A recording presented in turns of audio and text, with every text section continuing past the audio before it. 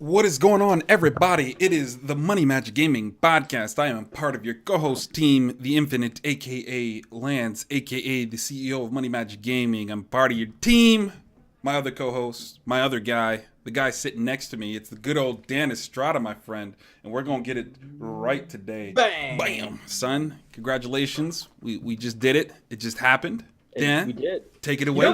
There's a tag team of wrestlers that also does they do the fusion dance when they enter. It's pretty awesome.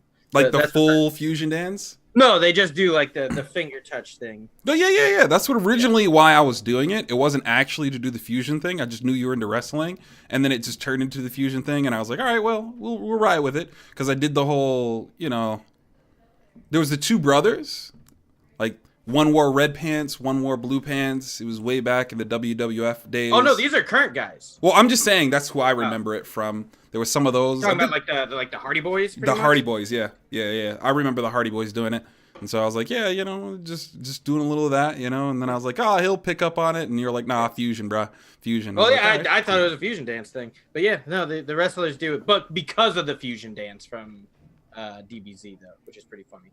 But anyway, I didn't know they do it from that. I thought that was their own thing. Yeah, no, it was a thing. Well, like the people who do it now, the bar, they do it because I think this other wrestler said that they look like they should fuse together and create like a Gogeta version of them. And then they started doing it with their entrance, and everyone was like, "Yeah, we accept this. We accept this." Please anyway, continue. Yes, I'm Dan Estrata. This is the Money Match Gaming Talk Show Podcast Extravaganza Spectacular, and today we're talking about a movie called Us. Now, this movie is directed by Jordan Peele, who also wrote and produced it. You might know him from Get Out, that movie we talked about maybe a month ago, maybe a little less. And it's starring Lupita Nyong'o, Winston Duke, Elizabeth Moss, and Tim Heidecker. There's also a couple of child actors in the movie. I don't know their names. I'm sorry.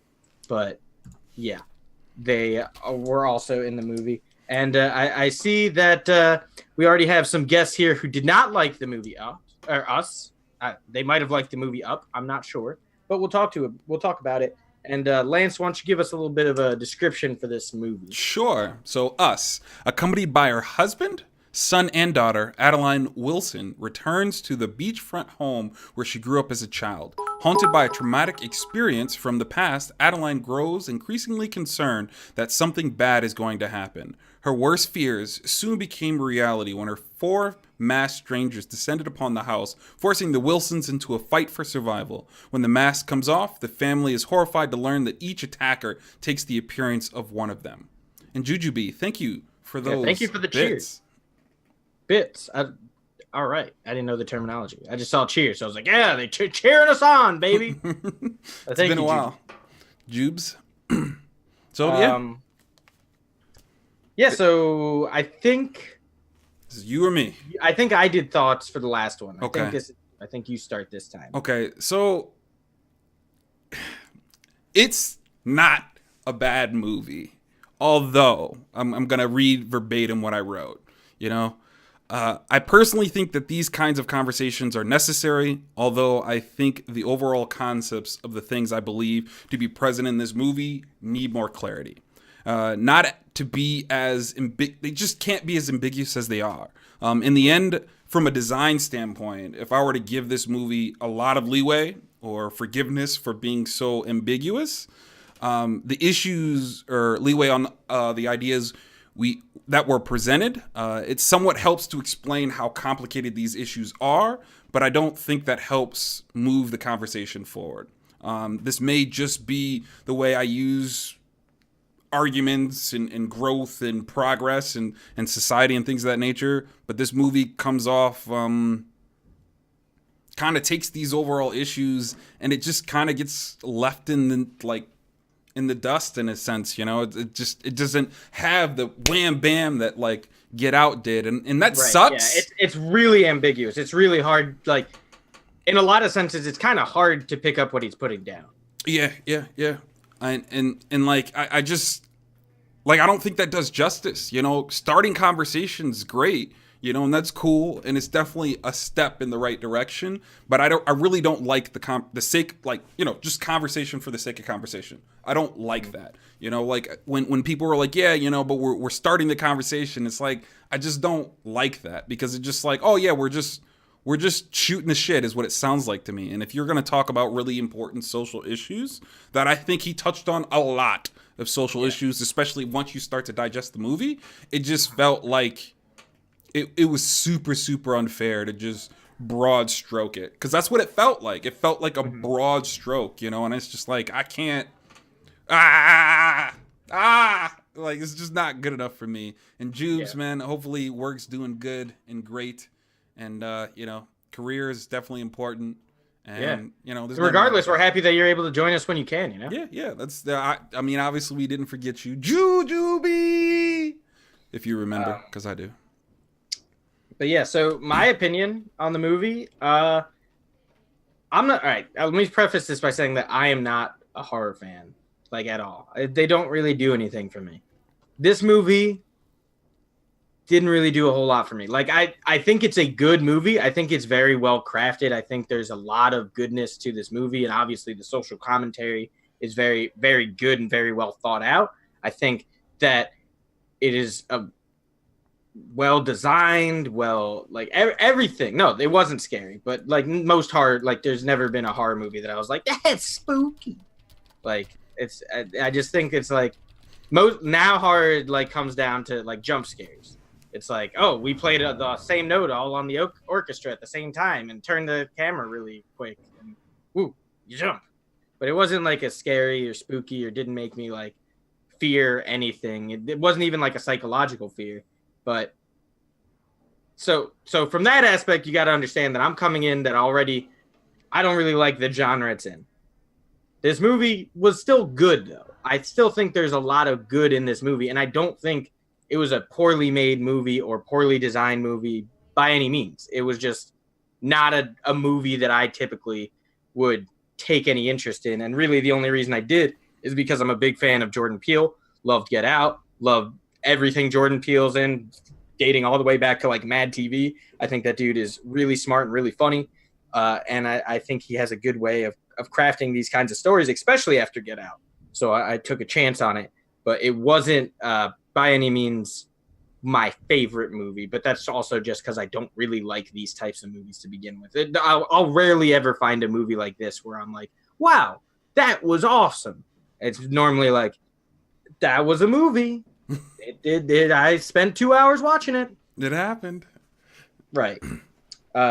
So that was basically my main thoughts on it. Do you want to go into pros, cons? What do you want to do? Sure. I'll go into pros. Well, I was like, we're doing a little bit of both, baby. It's like overall, like, and like this is a problem with the movie, and like, I'm gonna go into pros, yes, but like it just kind of it has to be prefaced.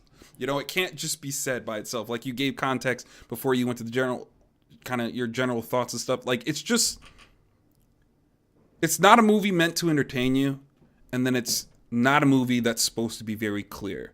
And, like, that obviously is going to lead to problems in the way the movie's received. And as far as moving the needle, I kind of go, okay, sure. I think we're already having those conversations. I think this could help, as long as people kind of catch the message, and this is why, like, I was a little confused on why he left it so ambiguous, because like catching the message is like the most important part. That's what makes the conversation happen. It's not, okay, I didn't understand anything this movie just told me, let me do extra research. Like, as soon as I had to say that, like, I kind of was like, ugh. And maybe that's in the con. So maybe I prefaced the pros with a con. Sorry, I didn't mean to, but like, that's generally kind of like where it needs to start.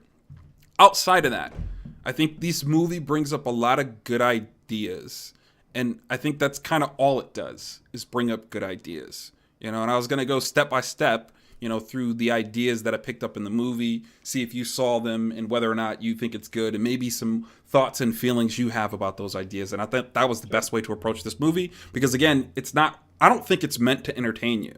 I don't think it's like, oh gosh, this so dramatic, or it's such a drama, this, that, and the other. Like, it was just kind of like, yeah, things are happening, and then he's like undertoning it with social issues, like real undertone, and it's just, for me, it's like a start to finish. Things are happening. We come to an end, and I go, okay, well, what did I just watch? And then kind of went from there. So if you think that's the best way to approach this, or you have some more simple pros, we could kind of go from there. Yeah, I mean, the pros I have are, I thought it was a very good social commentary. I thought the things that they brought up were interesting, and thought it was well told once you knew what you were supposed to be told.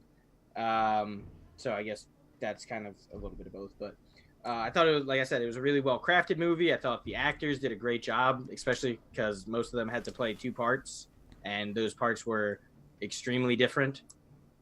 So that's very impressive. And the con I had is something similar to what you said. This is very ambiguous, a lot of it, like including like the twist ending was super ambiguous as well, and wasn't really explained how you're supposed to feel or think about that. But yeah, let's go into what you were saying before. Okay, so there's, again, a bunch of list of ideas of different things that I felt the movie touched on, brought up, and then kind of how you feel about the subject, because we might as well use Us as the experiment that Jordan Peele wants it to be, which is these kinds of conversations. The first one I have is, do people have to live above other people to live a happy and successful, easygoing life? Because I think that's like the overarching kind of idea for me, is like, everybody lives on, the surface, and then there's these people, these class of people who live beneath these other people that, like, these people don't have to worry about. And as long as you're above the lowest level, your life is actually pretty comfortable. So, whether you're talking about the black family, whether you're talking about the white family, like it didn't really matter.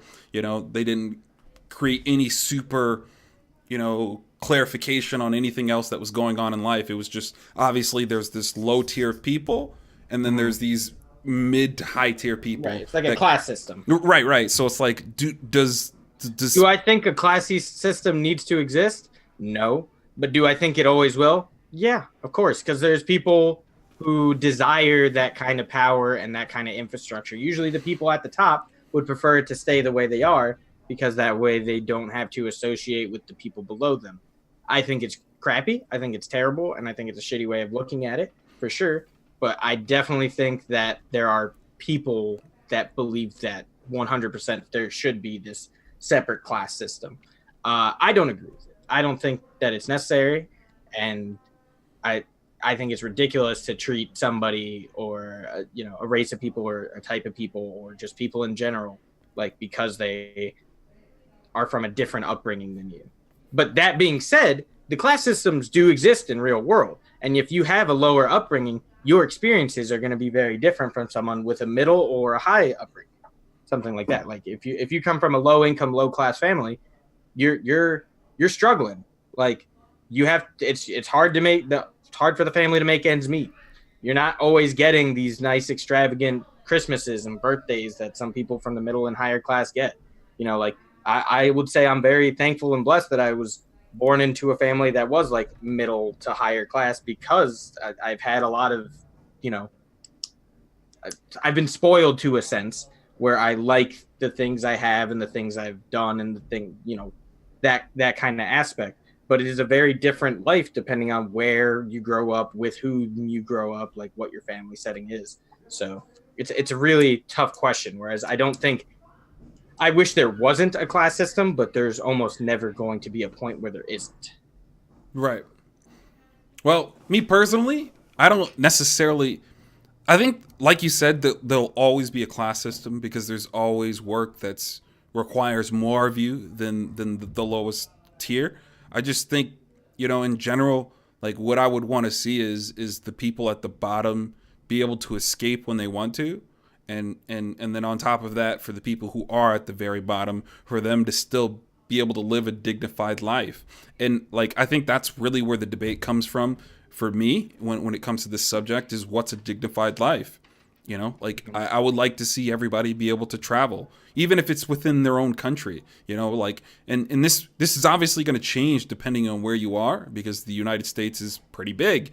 You know, so like, you know, traveling to, you know, New York if you're from California is a really big mind fuck.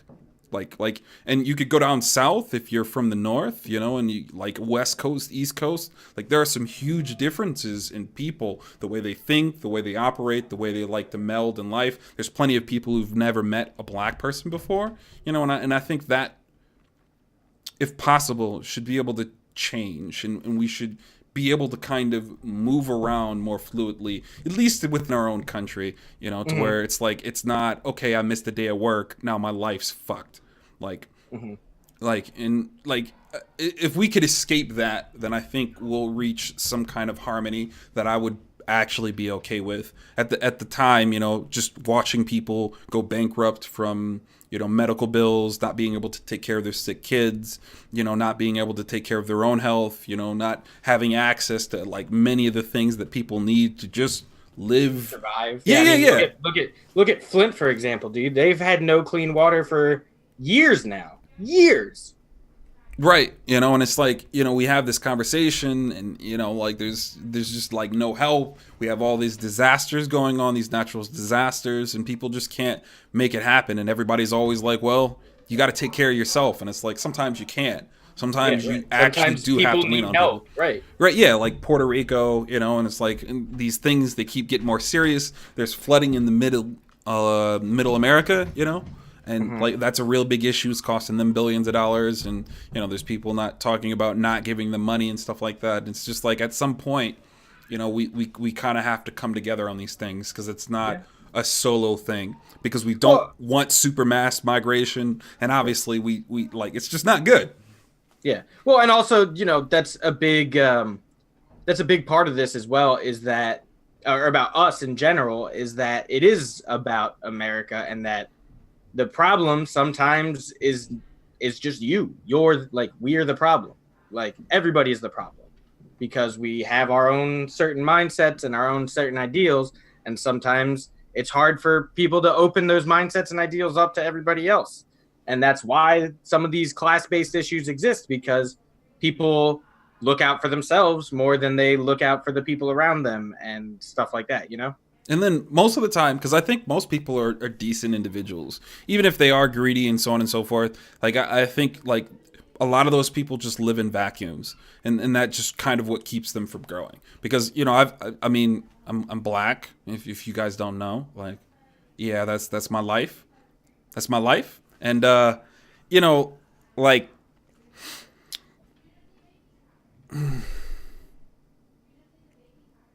there's still people who I have to like explain myself to and things of that nature. Like, and as soon as people like meet me, and then like, you know, they're like, oh, you're your own individual, and I actually kind of like you, and you're nice, and, like, and all those different types of things. You know, it's like one of those situations to where like, oh, you know, like, I get it now.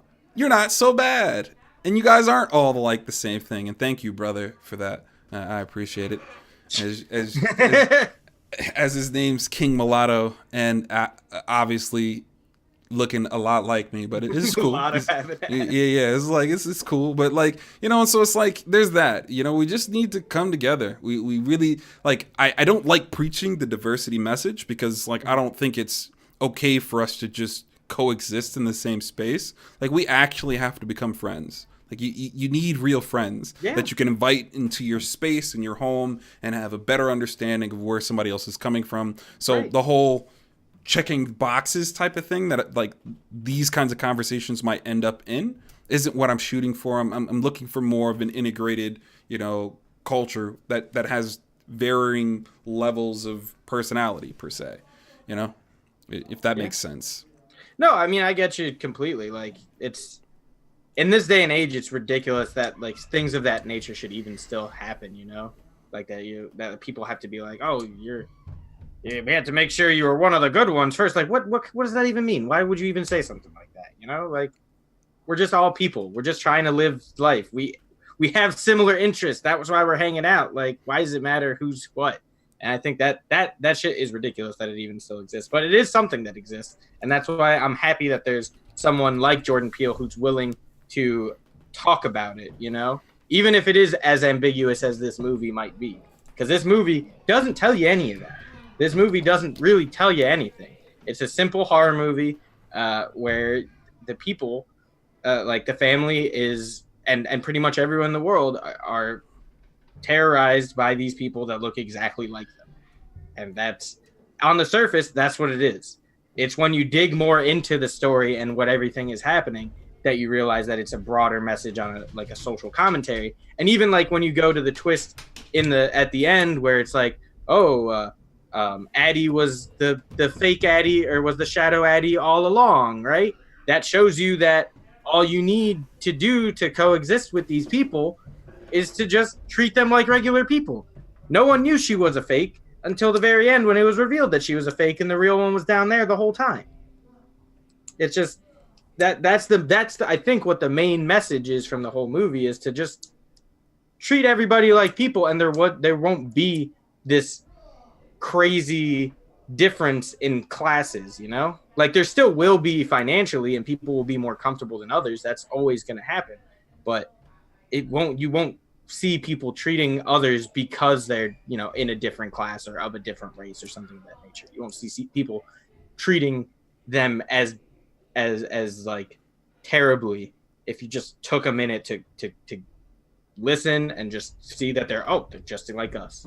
See, I think that specific thing, this is like later down on my list, but you brought it up, is actually like a triple entendre in this movie, which is like, you know, the Adeline like mix up at the end, you know, and I think it means three different things. You know, the first one is, as you said, like if you treat people like humans, like, you know, you might not get the devil, you might get something in between, you know. And then like the other thing would be like kind of a merging of the souls, in my sense, like in the way I think about it is like, this is like a merging of the souls. She met her dark side, you know, and she embraced it. Their dark side, technically the shadows, the main difference between them and the people above them is that the people down below, the tethered, have no choice. They don't have souls. Yeah.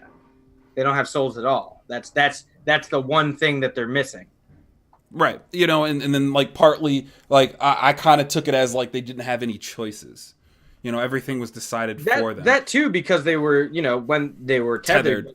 Somehow, like, and this is not really explained in the movie, the tethers broke. Nobody was tethered anymore. And I didn't really understand. What do you mean she did have a soul? No, she didn't. The tethers do not have souls. Like, they straight up say that in the movie. It's more of a like she was capable of renewing herself and getting a soul. After once she associated escaped. with the not clones. Yeah, once they switched, she took control. She was the soul. She was the entity. You know, and like this is, to me, my original assessment of the movie of like facing your dark side, being really, really creepy, is also something that I feel like actually plays in the movie, to where like, you know, a real connection between the light and the dark in your own self is ultimately what kind of creates the scenario that's like, I'm working, honey. and you just destroyed that. No, you gotta go. This is not a place to play right now. Sorry. Was she the dark side? I mean, the thing that I think the whole idea is that there is no real dark side. The only reason the tethered are evil and are stabbing people is because they feel persecuted against. They're forced to live in these basements. All they're eating is raw rats, while all the people above them are living laps of luxury, essentially, eating what they want, doing what they want, drinking what they want, being with who they want. Whereas the people down below have to marry who they are, who they are connected to, in a sense, or have to give birth to what they're connected with and have to do exactly as it was upstairs. So I don't think that there really is a dark side, because the only reason they're different is because of their upbringing, essentially. And as far as the chain across the world goes, the only reason that exists is because the Addie that was originally from the the not underground, when she was brought underground, the last thing she saw was about, like, before they went to the carnival, she was watching a commercial about the Hands Across America. This is like a 10-year-old girl. That was like her last real memory, and it sounded like it was going to be a big deal, like the Hands Across America. So that's why they brought that idea. Like, that's why she was like, this is the way we're going to solve it, because this is how they solved it when I was a little girl. But little does she know, because she's down below, that didn't solve anything. The Hands Across America thing ended up becoming more of a meme of its time than anything else. Right. And like that had more to do with how we're trying to solve the wage gap, the poverty problem, to where like everybody kind of understands that like it's a problem, but we're just not taking it very seriously. So it was one of those situations to where like, oh, we're going to save poverty by everybody donating a little bit of money, so donating you can feel good about yourself. Well, $10, but the whole thing, like to do a whole hand chain across America is just, it's very difficult. It's very tough to do because it's just, you have to go over mountains, and people can't just like stand like that on mountains. Like the only way to go all the way across is, I mean, unless you just like follow a road, but then that's going to cause more people because you're not going straight across.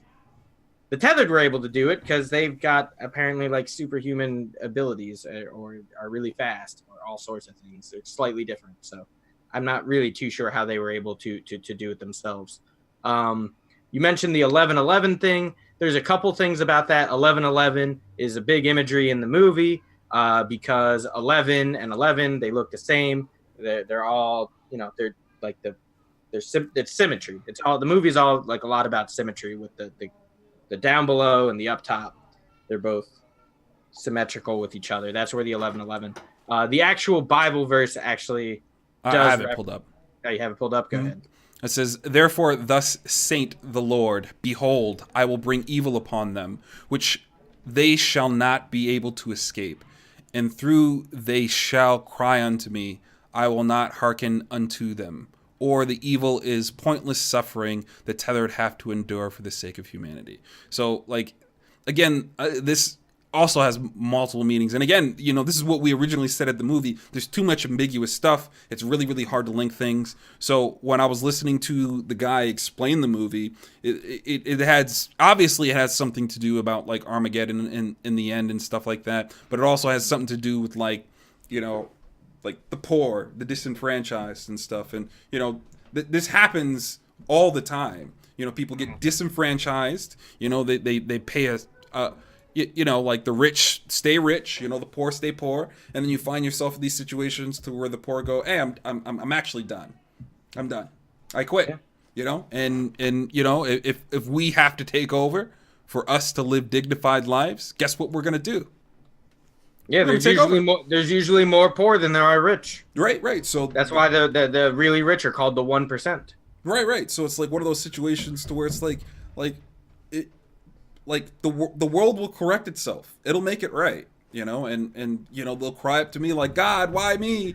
And it's like, no, you guys actually did it to yourselves, and this has like been proven in history. These societies get so rich and so successful, and they slowly start to corrode from the inside because the top keeps sucking more and more and more. I deserve, I'm entitled, this is all mine, me, until it gets to a point to where it's like, like it's unsustainable, and then they fall apart. And that's like generally the end of like a lot of civilizations to begin with.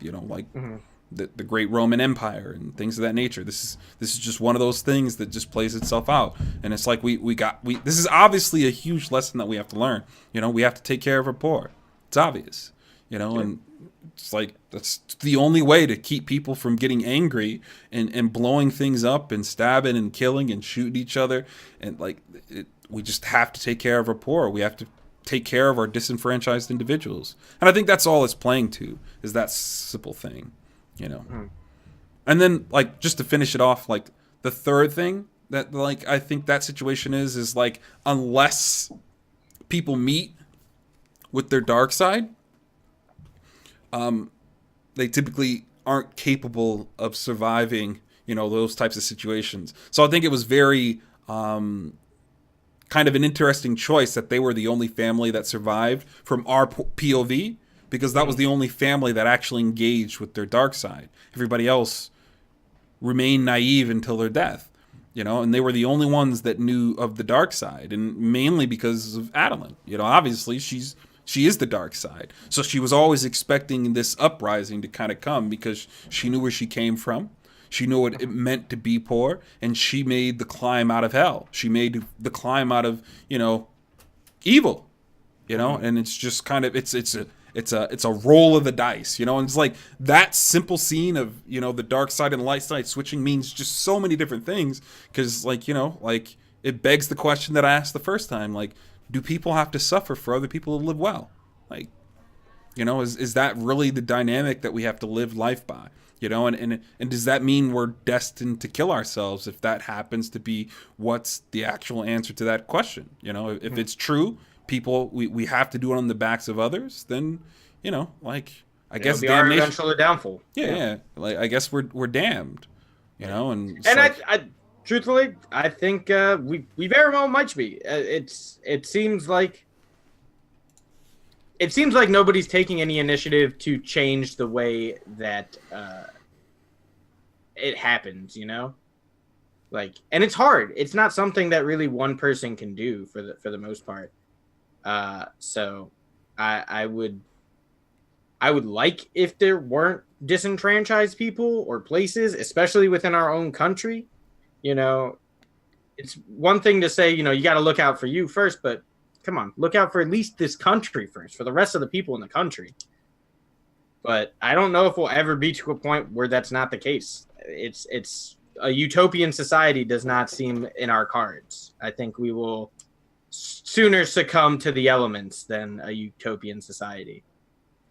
I think like this is like the weird part is like, obviously there's logic, there's things that make sense, there's science, there's your heartfelt emotions about different things, there's tradition, and like I think we depend way too much on logic and stuff and stop appealing to popular opinion. I think popular opinion is definitely super important, and as much as like I personally don't want to admit that, it's just the case. We listen to famous people. We just do. I still love that, the Dave Chappelle joke, where they're talking about, asking about, Ja Rule's opinion on, political subjects, and he's like sitting there and he's like, where's Ja? Where's Ja? We need Ja. But it's like, people for real, like, do that. They do that. And like, it's a meme, but it's real. We constantly look for validation in other people that we find to be our representative in some or our capacity. Superiors in some sort of way, Yeah. And it's like, and to me personally, I think that's unescapable. There's no way that you can understand infinity. Like I get to be, like an event planner for esports and things of that nature. I might be able to explore education a little bit because that's kind of part of my interest. But like figuring out some of the things that Elon Musk is figuring out, like you can't do both. You kind of have to choose in life. There's just way too much going on. There's way too many people. There's too much knowledge to be had. There's too much. And so you definitely need your arbiters of justice. We don't have like a mythical seer type character who just like sits on the top of a giant library and he's like, I know all of all. I have been around since the dawn of time. Like, that's not a real thing. So nobody will ever know everything, Right. And so you have to depend on people. It's just hopefully we can get better idols and we can be better at understanding who's worth listening to and who's not. And I think that's really what's happening in discourse. In public discourse on any forum and any place, that's really what we're doing, is trying to find the people worth listening to. And a lot of times those people aren't listened to. So it's like, again, sword. This is what makes popular opinion so important, way more important than I want it to be. But if we keep this up, we'll be talking on forever because there's like 4 or 5 things that I kind of wanted to touch on that are like kind of questions and stuff. So I'm gonna speed it up a little bit. And you can stop me in which ones that you think. No, we'll comment on everyone. Is keeping up with the Joneses really something to strive for? I think this one's really, really obvious, but like it's definitely a theme of the movie, and kind of wanted to get your opinions on that. Is keeping up with the Joneses really something to strive for? I think yes and no. I mean, I guess it depends. It's there's a sense of power associated with class So feeling of a higher class makes you feel more powerful to a sense. Is it true? No, not really, but people do feel that way. Is it essential? Maybe not, but I don't think it'll go anywhere. I think people will always kind of have, it's that competitive mindset that we have. You always want to be better than the person you perceive to be better than you.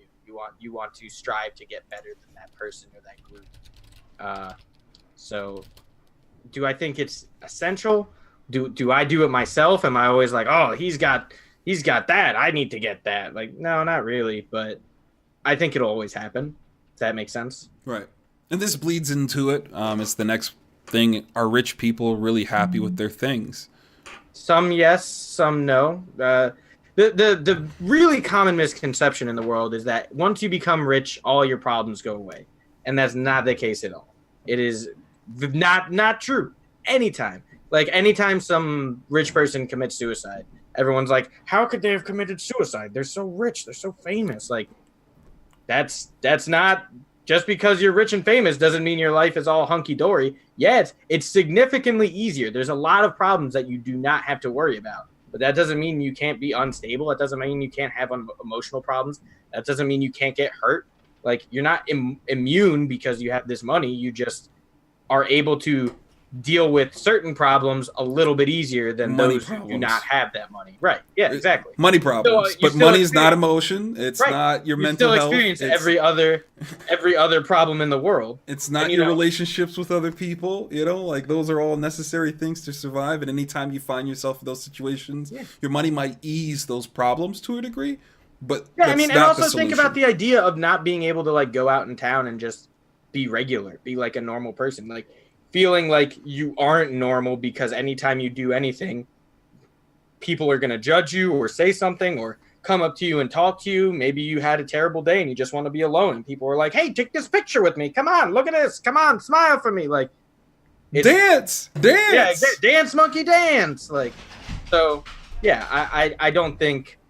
I think that is a fallacy that people, for some reason, believe. I don't know where they get that idea that, like, if you have all this money, you never experience problems, because that's not the case. You just experience less money issues. When you have to go to the doctor, it's not a life and death situation always, because you're not like, well, if I don't go to the doctor, I can't afford to go to the doctor, so I'll just sit here and die. Right. Not feel good or whatever it is. You just do it. Whereas people who don't have that kind of money or means or insurance don't have that luxury. They're like, I don't feel good. I have to make the decision whether I feel like I'd rather live or be paying for the rest of my life. Right. Again, this also ties into it because they were like layered on each other, and they're obviously layered on each other on purpose. Do people appreciate their privilege? I think there are people who do and are people who don't. I think there are far more people who don't than do. Right.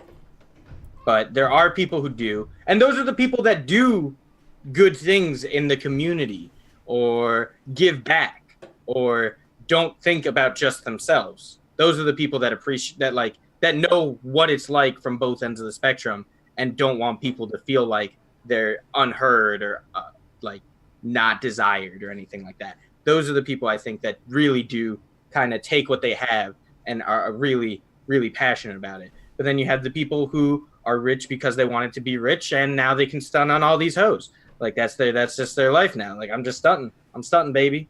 Well, like, look at these. I got 3 Apple Watches on. Like, okay, what is sweet? Well, showing the way he showed it, I feel like he's painting the picture that rich people really aren't that happy. And that, in a lot of senses. Oh no! Like you talking about the white family specifically? Like, yeah. Ross and Tim Heidecker's family. They were a disaster. They were just a walking disaster, and it was like so weird that like the poor Wilson family didn't pick up on any of the disaster that they were. To where it's like their kids are real bratty. And they just don't have any sense. The wife's kind of bitchy for no reason. And she's like, I didn't do the things that I wanted to with my life, so I'm sad. And it's like, yeah, but you have every opportunity to do that. You could do that. You look and seem like a stay-at-home mom.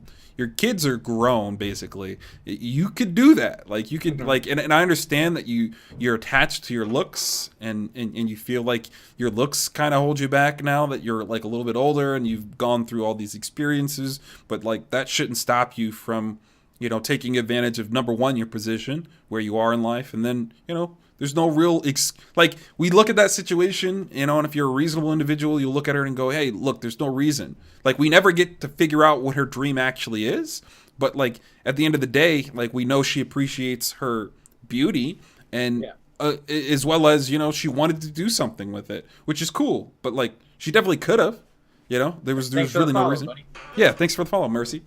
And so like that's kind of like where I kind of sit on it. I don't think keeping up with the Joneses should be the focal point of conversation. I don't think that's where our society should kind of like sit as far as like what's best for us and healthy living and thinking. But, like it exists, obviously. And then as far as our rich people are really happy with their things, I feel like a lot of them are, but I feel like that's just because of a lot of the naivete of what life actually, real life, and I'm 30, so I'm not even like super old. So you kind of get in these situations where people are like, boy, what you know about life? But like honestly, it's like they're just very naive on what it means to live a whole life. I feel like traveling, meeting new people, kind of going in depth and wide in life will definitely expose you to what you're supposed to be doing more than as narrow as, well, I get the money, I secure the bag, and then life's all good. Like, because that's pretty much what, like I said, life's preached to me. A big part of, like, I think healthy living is also giving back. Like, just because you have all these means, other people don't, Like, that's one thing that I respect about any sort of famous or rich person that does stuff like that. Like, for example, Nipsey Hussle, like, R.I.P. I didn't listen to a lot of his music. I knew some of his music, but I from every account that I'd heard, that person cared about the community he grew up in. He used the money that he made from making music, and he gave back to his community. He opened up, gyms and shelters for people. He donated a lot of it to certain groups and organizations. Like that I think is what really is a big factor in having a fulfilling life, is not only to be able to fulfill for yourself, but to help fulfill for those around you that need it the most, Right. And so, that was kind of like interesting to me. And like the other caveat to that whole situation was like how the white family responded to the people around them, especially their friends. They're not mean people. They're not. No. Rich people, I don't think, are typically very mean people. It's just some are, but it's everybody's different, It's not every rich person is mean. The girls were mean. They were bratty for sure. They were not. Well, yeah. The little girls, but the husband and wife, they're just being themselves. Their selves just happen to be a little rude. They were kind of snobby. Yeah, too. Snobby, rude type stuff like that. But like they were very welcoming of their family, and they actually did want to be inclusive and invite them and share their wealth and their stuff and all that other stuff. Like I don't think that was disingenuous on that kind of encounter. She was just more worried about, like being safe because she felt unsafe, and like obviously it makes sense seeing how she was aware of the doom and gloom, Armageddon and all that other stuff. But like at the end of the day, like they were very nice people in my opinion. And no, they were. I mean, they weren't nice to each other. There was a lot of problems with that family as far as like relationship goes. For sure, they were not listening to each other's needs or wants at all. But that'll happen sometimes. You get into a comfort level and then you forget anything else, Okay. So the next thing is, are people aware of the worst parts of themselves? And I mean, like some of these questions are really, really like straightforward, at least in my opinion. But I feel like a lot of people don't really think about them, which is again why, like, I think he brings up a lot of good conversation. Just not in the most helpful way, but yeah. Yeah. No, I don't think people are always aware of the worst parts of themselves. I know I've had an experience before where someone has said something about me to me, and I didn't even realize I was doing that thing. Like if I was giving people an attitude or speaking out of turn or doing anything like that. Like I I just do what I do, and I don't really think too much about it. And I think for that reason that I don't think everybody realizes that they're being good or they're bad. Sometimes, in a lot of respects, I would say people do. They know what they're doing. They know it's bad or wrong. But sometimes people just act certain ways or do certain things like subconsciously without even realizing what they're affecting or who they're affecting in the process. Right. Definitely. And, that's pretty much how I think about it. Although I do a fair amount of reflecting myself, I tend to be too logical when logic isn't what's needed. Mm-hmm. And it's like, and this is the crazy thing about this, I think, is like, even if it's really, really hard to fix. And like, this is the craziest thing about mental health is like, even if you have a problem, like these things are hard to beat. They're hard to beat. And in this movie, I felt like so many people died because, it's hard work overcoming, the worst parts of yourself. Like it's not easy. I agree. That's a good take that I hadn't like thought of or heard yet. Yeah, it's like it's one of those things where it's like, man, she won, and it took an extraordinary amount of effort and sacrifice. Yeah. Like even though she was dark side, and even though I've heard kind of different opinions about what that means and stuff, I don't think she enjoyed killing people. I don't think it was something she wanted to do, even being from that world and being from that evil position, the so-called... I mean, that's why she hesitated whenever it came, other than killing the one person who was attacking her, like the sister or whatever, like the twin that attacked her when she went back in to get the keys. She was very hesitant to do anything. Like when it came to attacking anybody else or killing anybody else, she wasn't like she wasn't gung-ho about it. Right. She wasn't going out of her way to like, I'm gonna just murder them. And like there was even the weird part to where she tried to save the little kid. And like that was like an aspect of the movie that nobody brought up, and I still don't quite understand, because she wanted to save that little boy. Like even though it wasn't her kid, and I've heard like rumored like she actually, that was the original boy, and she actually switched up. The other son? Yeah, the other son, that was the actual original boy, and that there was an accident, and then she switched that boy with the dark side, and I was like, I don't know about that one, because I think he would have definitely reacted differently to who he originally knew was his mom and stuff. So it depends how young he was when the accident happened. Sure, so there's like that element, and so like it was just weird, and then like the little boy ends up kind of killing him, and it's like it was like the one other kill in the movie that was intentional as far as from another character, because the dad. That seemed to me like an accident.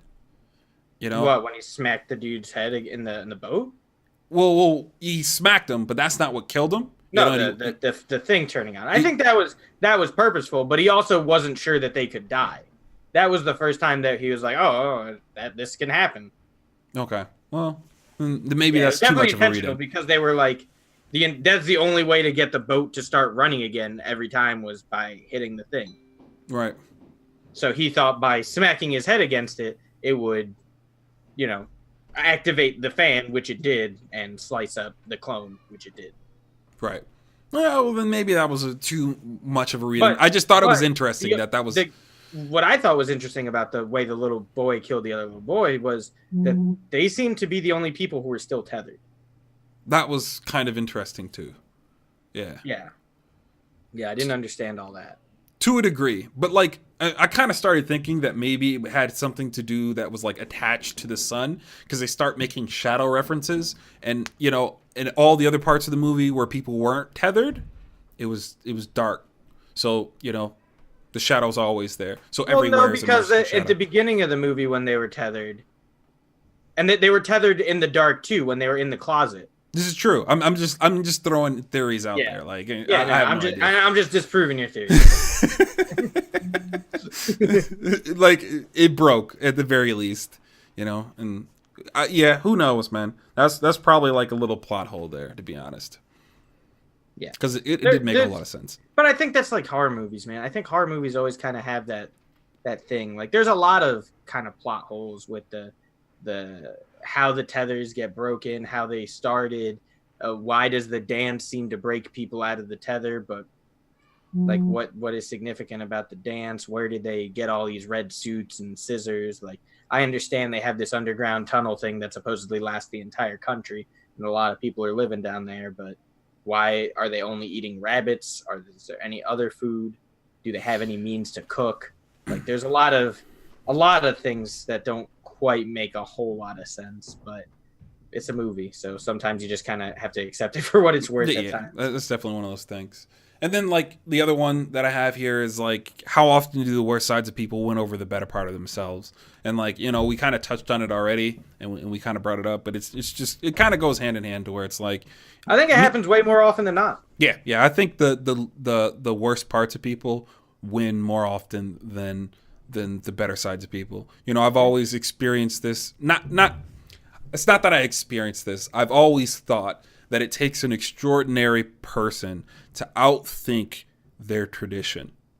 You just have to be on a whole nother fucking level, or you just have to rebel so hard against it that you just fight your natural identity. Like, beating your parents' house training, bro, next level of genius in order to do that. Like again, I'm a very thoughtful person. I do a lot of reflecting, but I'm still my damn dad. I'm still my mom.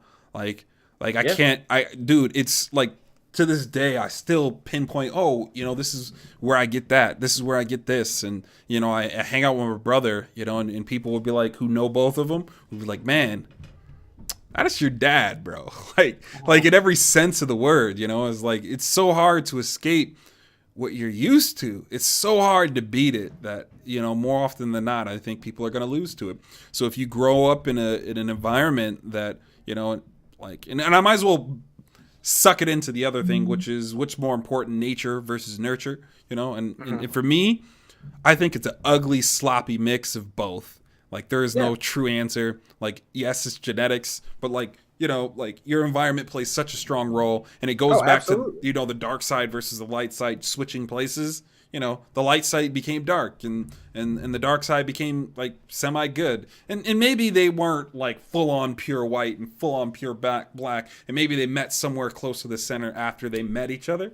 But, like, you know, like, your environment plays a huge role. Oh, absolutely. Absolutely. I think your environment plays probably the biggest role in your upbringing. Because the way you're taught, from who you're taught, what you learn, where you learn it, who the people around you are, what the place around you is, will completely change the way you look and live at life, you know? What? Yeah, I think it's definitely, you're absolutely right. It's not a nature versus nurture thing. It's both. It really is. Both are important to your upbringing. It just has to be that. But there's so many arguments about it that, you know. And the very last thing that I have, you know, is gender roles. You know, like, Mr. Wilson wasn't very manly. Just wasn't, you know, and as far as, like, the one who accomplishes most of the heavy lifting in the movie, it's definitely the female. And I think it begs the question, you know, who defends the family, you know? Like, I think we've come into a time where gender roles are less important than they were then, because while I didn't see, you know, Winston Duke's character, I didn't see him being, like you said, super manly. I don't think there is a certain trait anymore that really defines manly, because people will say that I'm not super manly.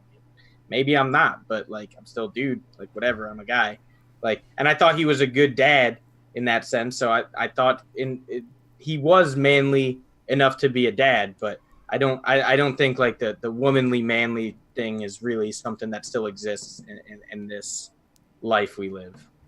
I've listened to a lot of things recently, especially about gender. Originally, I felt like I was a little bit more black and white until I started to understand, like, it's a very fluid thing. Yeah, absolutely. It's a super fluid thing. If you remove your sexual organs in this conversation, like, you could literally talk back and forth what's more manly. So, you know, like, you know, it's like, well, you know, if you think being tough's like a manly thing, then what about all the women in the UFC who can clearly beat me and you both's asses? Even if they were, like, the smallest girls in the league. Like, I would I'm still getting bruised. They're gonna beat my ass. I'm not winning that fight. Like, I'm not taking that fight because I know I'll lose. Right. So it's like one of those situations to where it's like, am I not a man anymore? Is she more of a man than me? Is that really how we measure that? And then it's like, like is he like more of a woman because he's tender and he's loving and he's understanding with his family and his kids? Like is he not, something of value anymore? And I like how you said that. He's still a good dad. He's still a good person. Like that whole movie, you never questioned, his aim. He was always a good person in this movie. And so it's like it begs the question, like he was definitely a little selfish at times, like at least before everything happened. But once things started to go down, he was, he did what he had to do. I wouldn't call that selfish though. No. Like the selfish, like the wanting to go to the beach with the friends, even though his wife was definitely uncomfortable with that, and using kind of his son as like a ploy, be like, well, maybe we should do this. And then there's also like when the family first arrives there and he's like doesn't want to have anything to do about it, and then finally he's like, all right, yeah, maybe something should be done.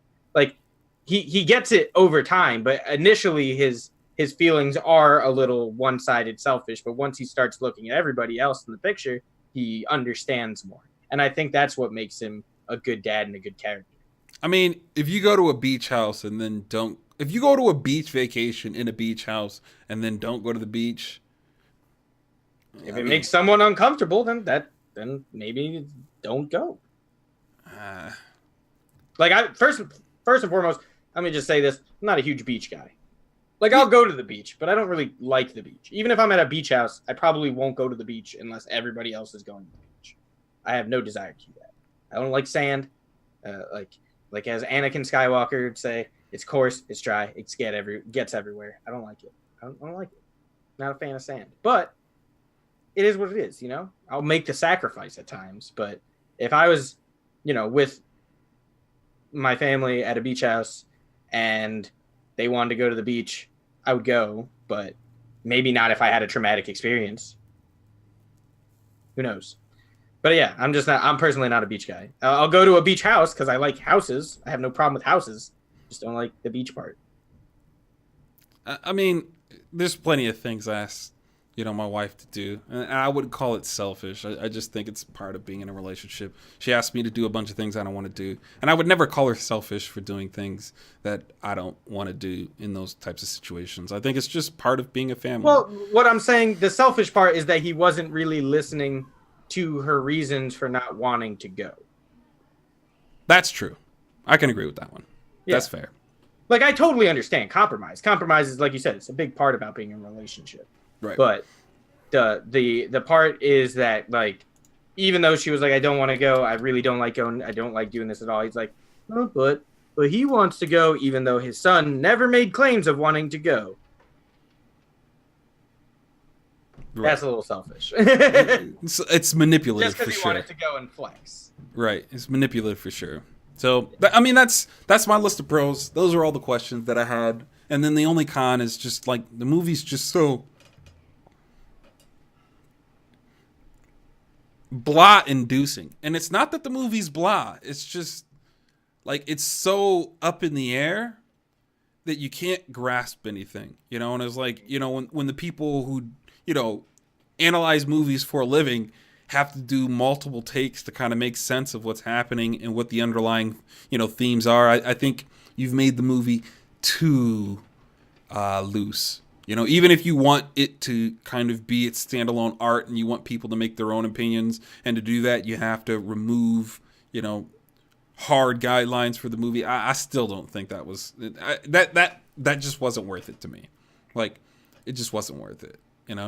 Like, I just wish he would have picked a hard line, kind of answered some questions, kind of went a little deep into these kinds of subjects, because, like, it made him broad stroke all these different kinds of issues to where, like, you could just simply overlook them. Like, you have to overanalyze the movie.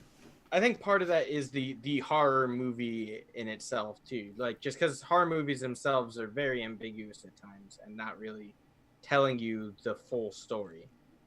you kind of have to feel out and get the full story. You know what I'm saying? To a degree. But I mean, like, Get Out was so brilliantly done that it's like not fair anymore. And it's like Get it Out sucks was that has less to. of- Get Out had horror elements, but I wouldn't consider it as much of a horror as I would this one. Like where this one, I'm just like, this is straight up meant to be a horror film. To a degree, yeah. That's I guess, yeah, and yeah. But I could still call Get Out a horror. Like it's definitely more of a thriller / drama. Like sure, Right. I would say is a Get Out is kind of a dramedy because it has like the dramatic and thriller type scenes, but there's a lot of comedy that is there and present in the story. While it's not like a like laugh out loud hilarious movie, there like the whole situation is like almost so ridiculous that it's kind of funny. You know what I'm saying? Well, it's the TSA agent. I feel like makes it. Well, he was definitely. Oh, this bitch is lying. He was straight up a This comedy bitch is character. fucking lying. Yeah, he was pretty 100% a comedy character. That made me laugh. But so was Tim Heidecker. Even the like other version of Tim Heidecker was a comedy character in this movie. Where like he was just kind of like sauntering around and making like his weird like grunts because they don't have a language and just like and like just kind of like he still had the same kind of like silly mannerisms as the Tim Heidecker character. Right. So I mean that's pretty much all I got. Any closing statements from you, my guy? No, I'm ready to go into the scores. All right. So I'm gonna give this movie a 5, and I hate it so much that I have to do that. But like, and if you're unfamiliar with my rating scale, 5 is dead center, and it's in the middle. It's not like an education grade scale. This is literally me saying it's middle of the road, And it's like if you don't really make any statements, I just have a real hard time kind of sucking it all down. I guess I don't know what to say. It's just like. It's middle of the road because like it's so hard to take anything, and it always feels like you're grasping for straws, and you really have no confirmation about what you're supposed to be taking from the movie to any degree. And it doesn't matter what point I brought up today. Like people could still be like, "Nah, you're all wrong. Here are the reasons why," and I'll be like, "You know what? It's reasonable." It's like I without a doubt, I know I can get that, and like that's the problem with creating these kinds of movies, to where it's so ambiguous that you can't take anything away. You just can't because I could be wrong. Yeah. As for me, I gave it a 4 out of 5. While this movie, I would say, is not particularly for me, I think it is still a really good movie of its genre. I think it does a good job of creating a eerie situation, whether it be through the music, through the setting, through the vibe, through the characters. I think they did a good job. I think it was well acted. I think everything about this movie was really well put together. It just wasn't a movie that is really something that I like. So would I give it a bad review if it was just for my like straight up opinion? Like how probably I don't think I can. Like it's not fair. I think this is a very good movie. It's just not a movie that I particularly like. And the points I did take off was for its ambiguity and not really explaining anything. Like a lot of the explaining I got of the movie was from the YouTube video I watched after the movie. Right. It feels kind of weird. Like, there's some movies that are ambiguous. Like we talked about Bad Nights or Bad Time at the El Royale, like that's a movie that probably gets better upon repeat viewings, but you still understand what's going on while it's happening. You just get so much of a better experience once you've watched it for the second time and know how things play out and know how characters are, Right. And it's a different kind of second watch. Whereas the second watch for us would probably more so be like trying to figure out now that you know everything, now you have to find what exactly they're talking about. Right. And then I agree. Yeah. But I think it was a really well made movie. Like no cinematography, great. Music, great. Acting, great. But it just didn't do anything for me because A, I'm not into the horror genre, and B, it was like I left the movie and I was like, all right, I mean, like that was good, but like what did I watch? Right, exactly. I was like, before you watch it, I was like, hey, I'm not gonna tell you a whole lot. I'm just letting you know you need to go in with your thinking cap. You can't just watch the movie and just be like, yeah, cool. Like, nah, you'll probably walk out the movie like, what? Because everybody that I was walking out the movie theater with was what? I don't understand. You damn right. I don't understand. And like the first thing I did, but you was know who open up a does YouTube this? video. One guy on YouTube who talks about it for a half hour. Yeah, it's like Wisecrack if you're interested. They gave. I think that might be the one I saw. And even they were like, I watched like 4 videos. I can't lie.